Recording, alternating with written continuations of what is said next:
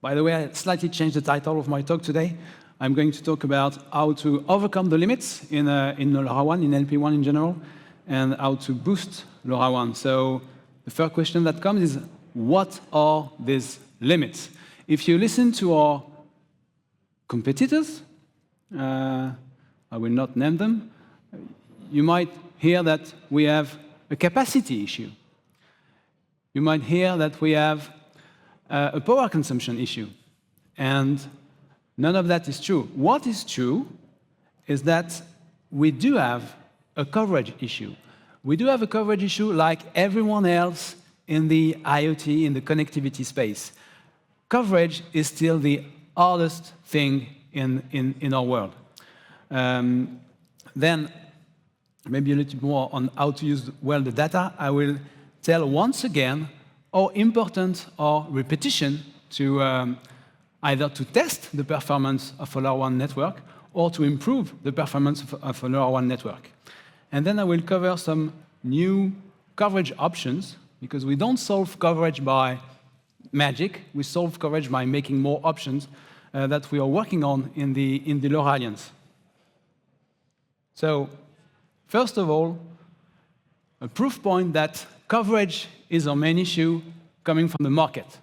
The market is asking for various ways of having a gateway. And we had yet another example this morning with TTI showing its indoor ready connected gateway.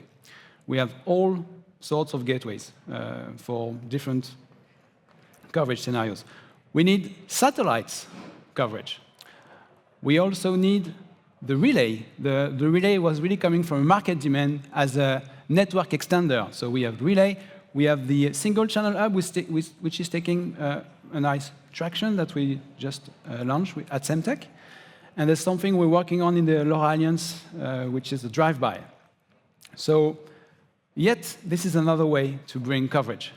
And last, because a single technology cannot do everything, coverage can be solved by converging, by making several networks work together, for instance, Sigfox or cellular. You know that Sigfox is now part of the LoRa Alliance, and they're working on making the two technologies work well together.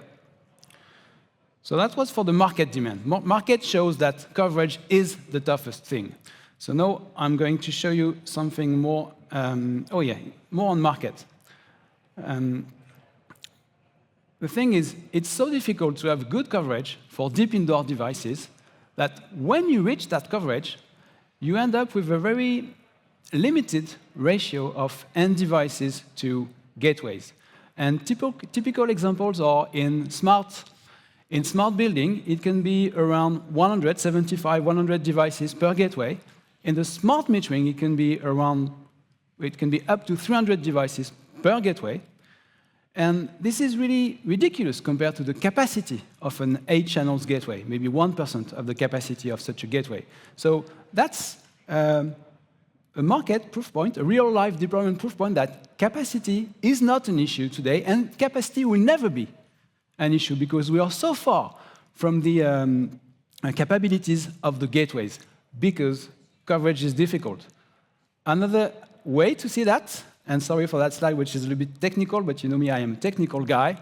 This is a coverage simulation using a normal propagation model, very well-known HATA model.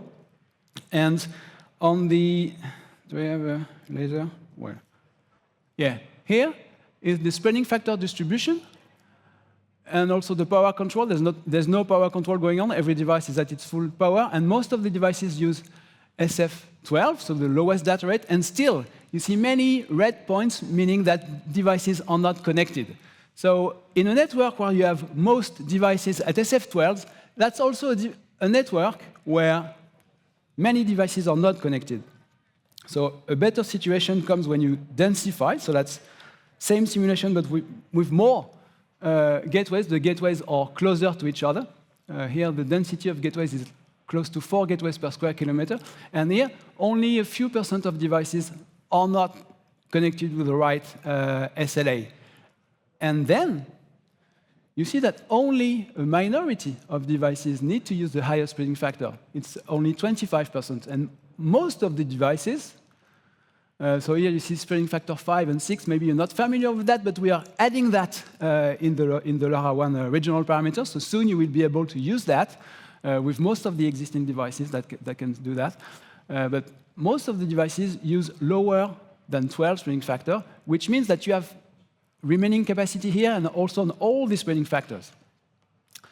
So twice as much gateways compared to previous slide, 10 times better quality of service, if you count the non-connected devices or badly connected devices, and much, much higher capacity. So when we iterate this kind of simulation, varying the density of gateways and looking at how many devices are not connected, you will see that when the density is low, many, many end devices are not connected correctly. And to reach a decent level of connectivity, or a good level of connectivity, say only 2% of devices have a packet error rate which is higher than 2%, then you end up with 4 gateways per square kilometer. Since even in a metering system you get maybe a few thousands of devices per square kilometer, for instance, 2,000 devices per square kilometer, it means that the maximum you can get once you have good coverage is around 500 devices per gateway, which is not far from the experimental data I was talking about before.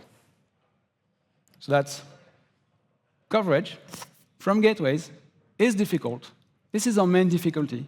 When you have enough gateways, you have plenty enough capacity, and plenty enough capacity forever. That was my main message for today. So we have additional time, so I can talk to you a little bit more of one thing which is really important with LoRaWAN, which is to use the parameter called NB-trans, and that's really the amount of repetition. With LoRaWAN, you can repeat on a different channel every frame.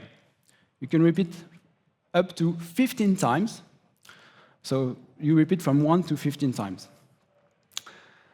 The most important thing, the most important indication of repeating frames is to fight multipath, is to have diversity.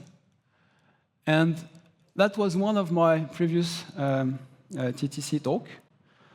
And now it's, I hope everyone knows that, but the optimum repetition order in a static network is 4 times.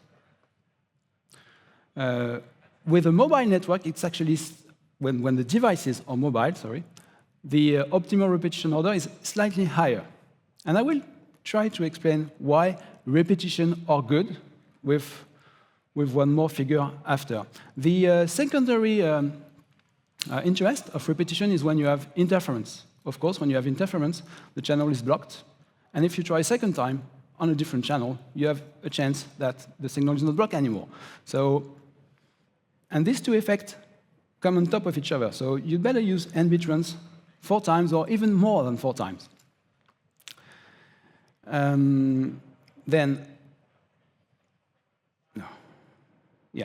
So another figure trying to explain why repetition are important. It's actually a slide to show the importance of diversity.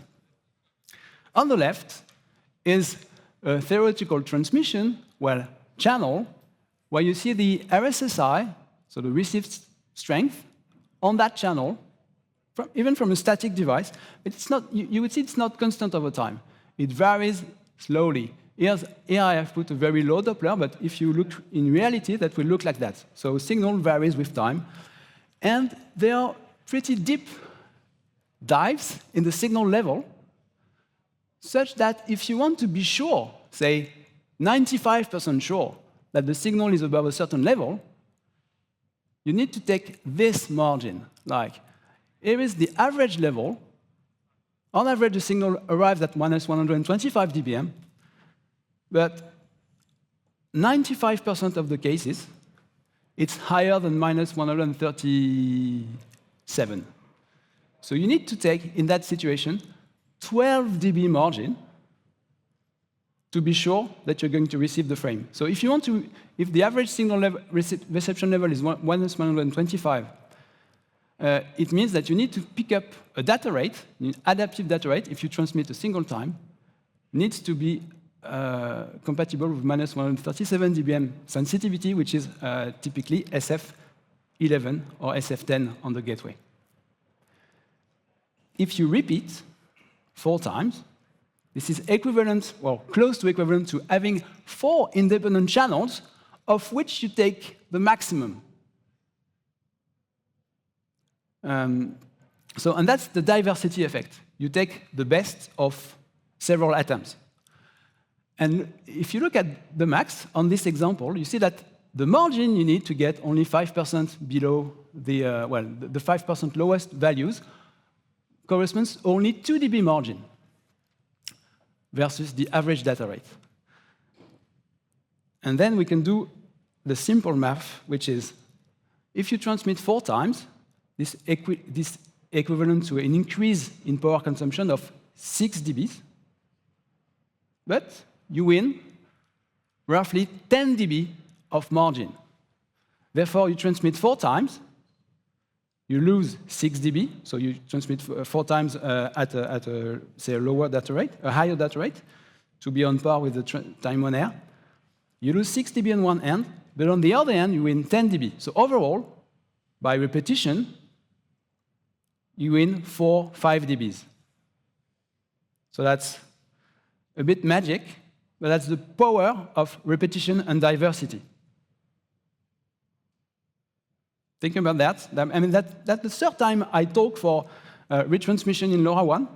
I'm trying each time with a different angle. I know that repetition is the basic of pedagogy, but it's also the basic of reliable transmission. So maybe next year I'll talk again about repetition.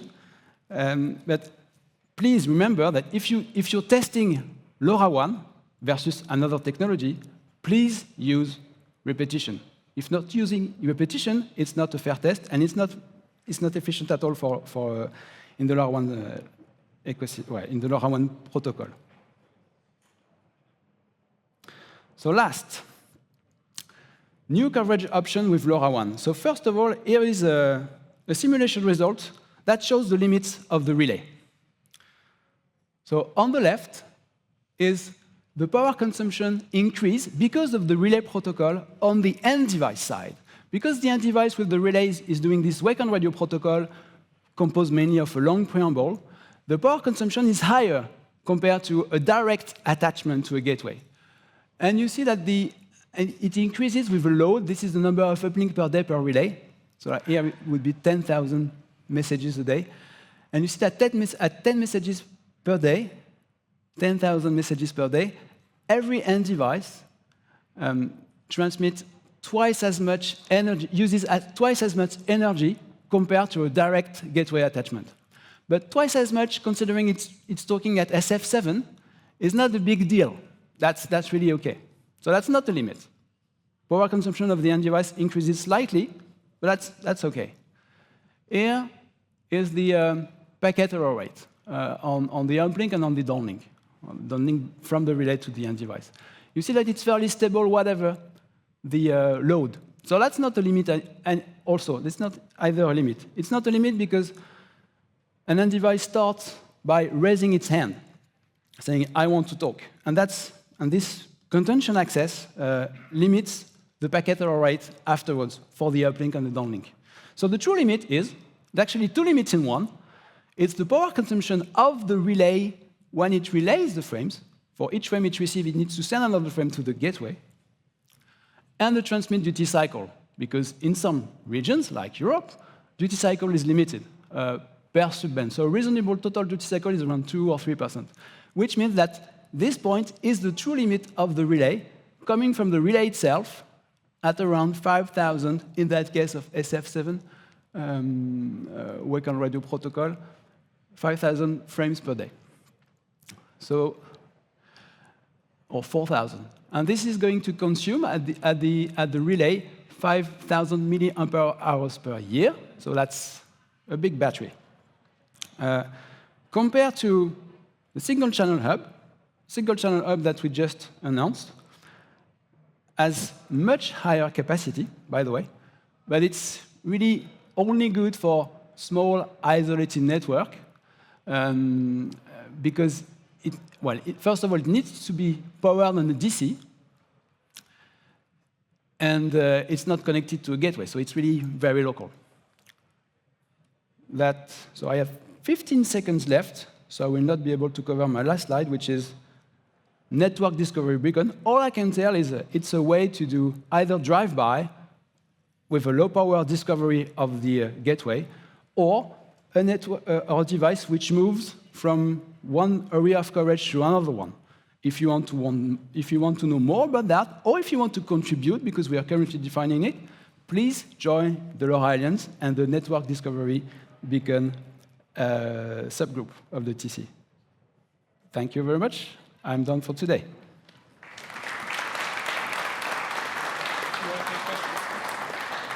Oh, yeah?